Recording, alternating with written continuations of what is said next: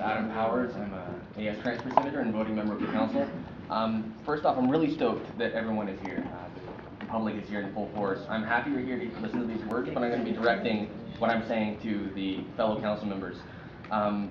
I don't necessarily support the things I'm about to say. I support the free speech model in all its entirety because I think that it is the most vital to campus life, and that's really what I'm going to be here talking about. I'm directing this to the voting members because if you're anything like me, you're conflicted. I'm a patron and supporter of media orgs on campus, and so I don't want their right to express themselves to be hindered in any way. I am a sympathizer of diversity affairs efforts. Pardon? Sure. I'm a supporter of diversity affairs efforts on campus, and so I support their right to vote with their dollar and to let their real pain turn into real action. But I'm also a concerned UCSD student, and I am scared to have my AS council have the power to reach down and have drastic ramifications to the status of campus life.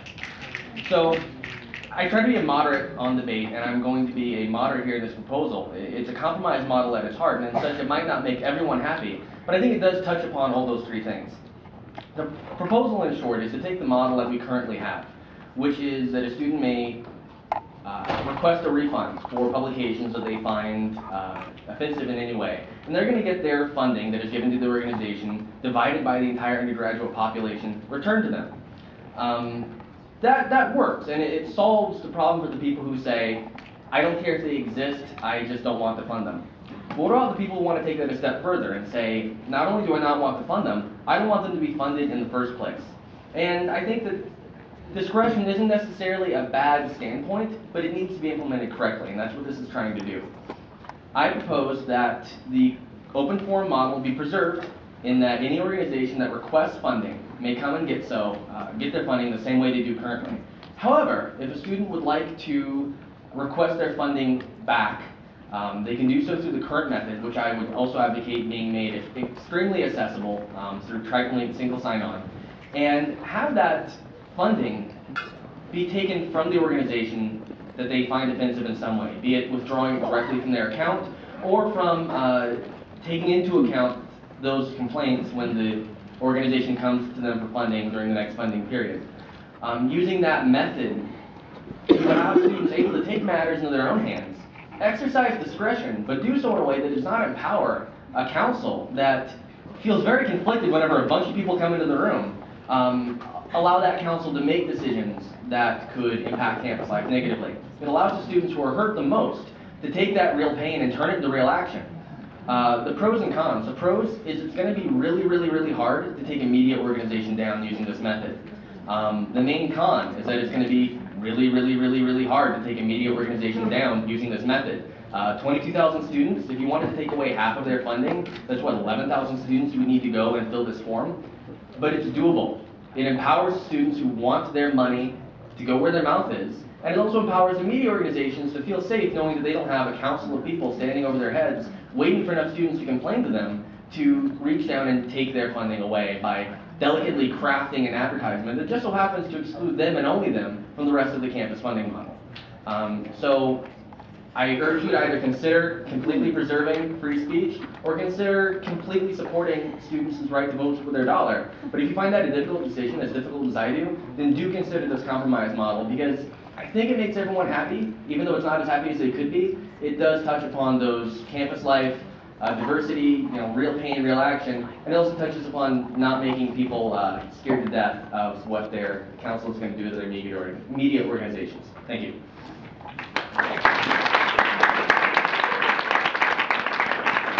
I think there's 2 minutes left. 2 minutes?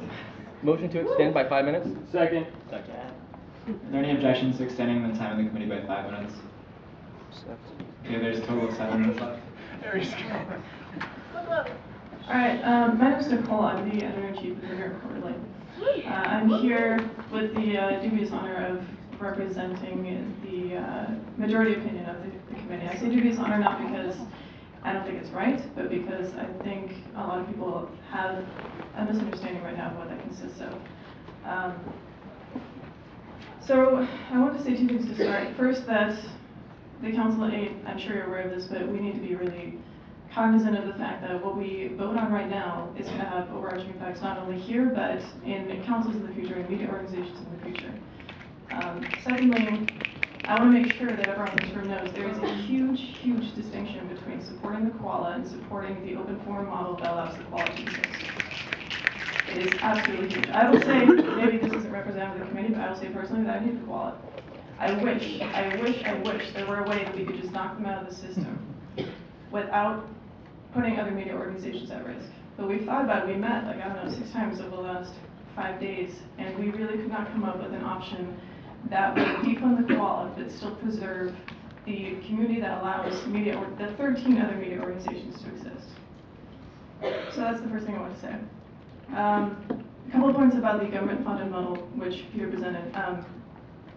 Firstly, as far as the legality is concerned, he concentrated a lot on that, and I would like to point out that college campuses are different from the way the government operates as a whole. It's a whole different level of legality. I actually spoke to, God, I forgot his name. His first name is David, but Claire Lloyd. There you go. He's the director of the ACLU, the Southern California region, more or less. I spoke to him on the phone today, and he's pretty convinced that this model, as it is applied to a college campus, is not legal. They're willing to.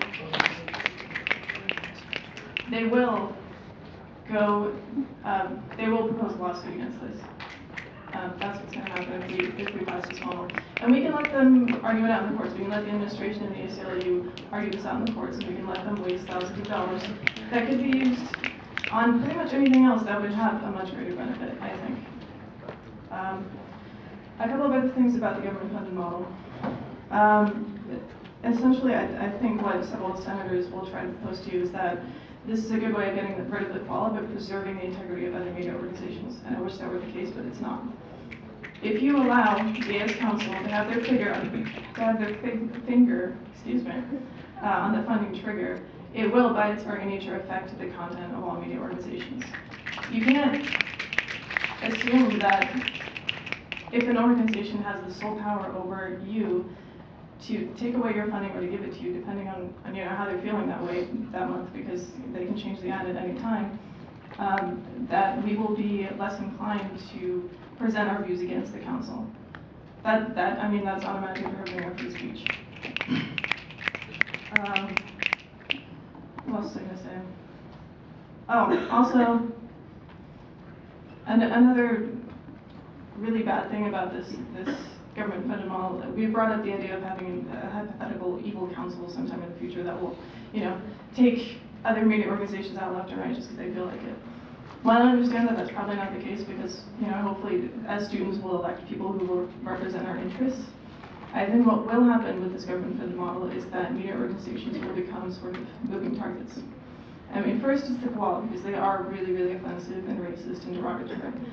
But as we keep moving through this, which media organization becomes next? Where do we stop the threshold of offensiveness? Where do we stop the threshold of this group of people that doesn't agree with this publication, so we need to cut it out? I think that's very hard to determine, and the longer that we keep a government-funded model, if it is passed, the more invasive it's going to be towards media organizations. And last but not least, the main problem I have with this government-funded model is that in the bigger balance of things, it puts all 13 media organizations at risk and gets rid of the koala. The koala will continue publishing.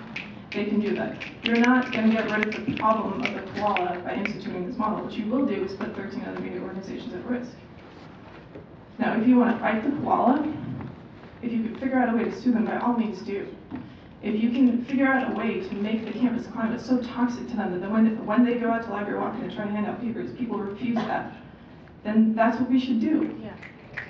We shouldn't be putting other media organizations at risk and putting the freedom of speech that this open forum model upholds into risk.